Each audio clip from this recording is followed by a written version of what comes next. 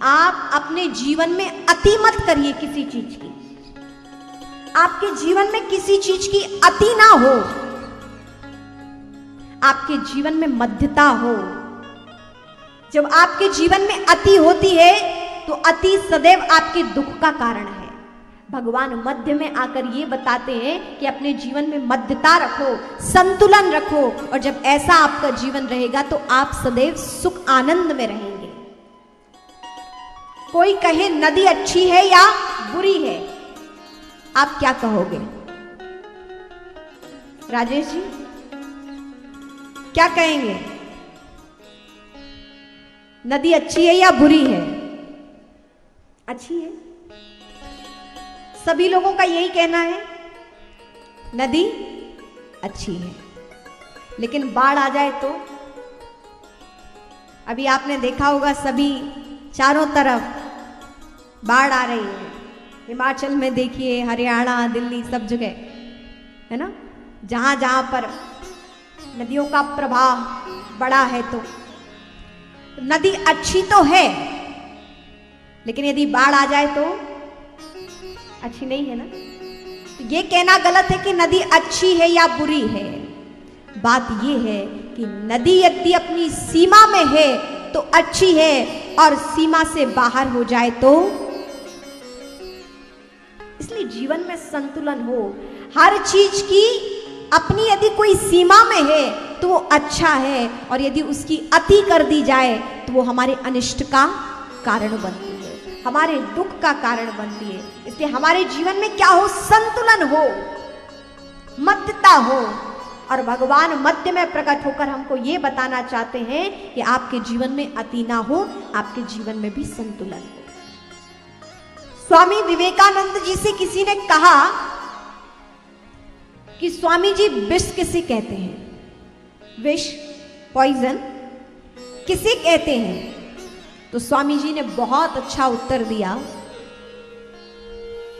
कि अति को ही विष कहते हैं, अति को ही विष कहते हैं। किसी भी चीज की यदि आपके जीवन में अति है तो वो आपके लिए विष के समान है, और ये जीवन में अनुभव भी करके देखिएगा। अति सदैव हमारा अनिष्ट करती है। इसलिए भगवान मध्य में आए हैं, और भगवान मध्य में आकर मथुरा को छोड़कर कहां पहुंचे हैं? गोकुल। भगवान मथुरा में जन्म तो लिए हैं, लेकिन मथुरा में रहे नहीं। भगवान का जन्म कारागार, मथुरा के कारागार में हुआ, जेल में हुआ, लेकिन वहां रहे नहीं। वो कहां गए? गोकुल नंद बाबा के यहां चले गए। मथुरा में क्यों नहीं रहे भगवान?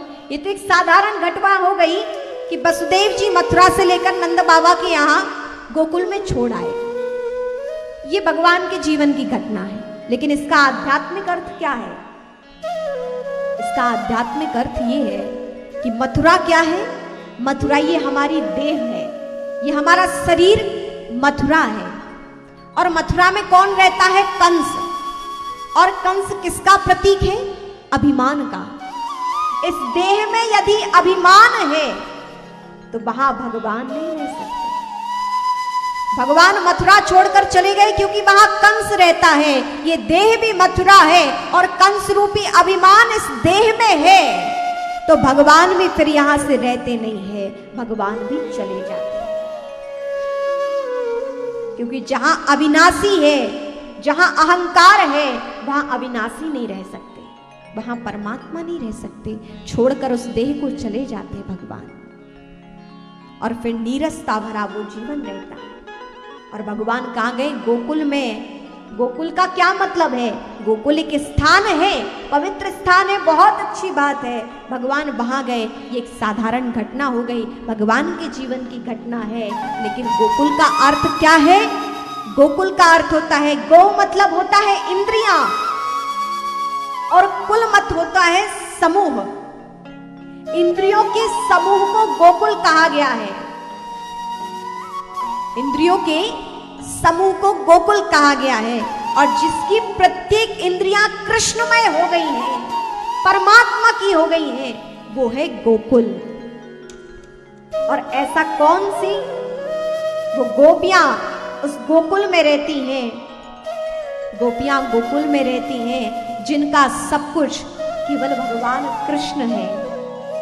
और ऐसी गोपियां जब उस गोकुल में रहती हैं तो भगवान फिर वहीं वास करने लगे, वहीं रह गए।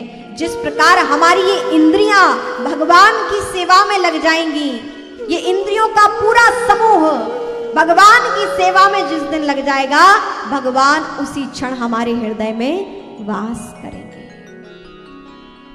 ये आंखें जब देखना चाहें तो कृष्ण को देखें, ये हाथ जब काम करना चाहें तो भगवान कृष्ण की सेवा करें, ये मुख जब भी बोलना चाहे तो प्रभु का नाम ले, ये जब भी हमारे चरण चलना चाहे तो भगवान के द्वार पर जाना चाहे। जिस प्रकार हमारी सारी इंद्रियां जब कृष्णमय हो जाएंगी, परमात्मा की हो जाएंगी, उसी क्षण परमात्मा हमारे हृदय में प्रकट हो जाएंगे। भगवान कहाँ रहते? गोकुल में। इसलिए भगवान गोकुल पहुंचे हैं। और गोकुल में क्या हो रहा है? गोकुल में उत्सव मनाया जा रहा है।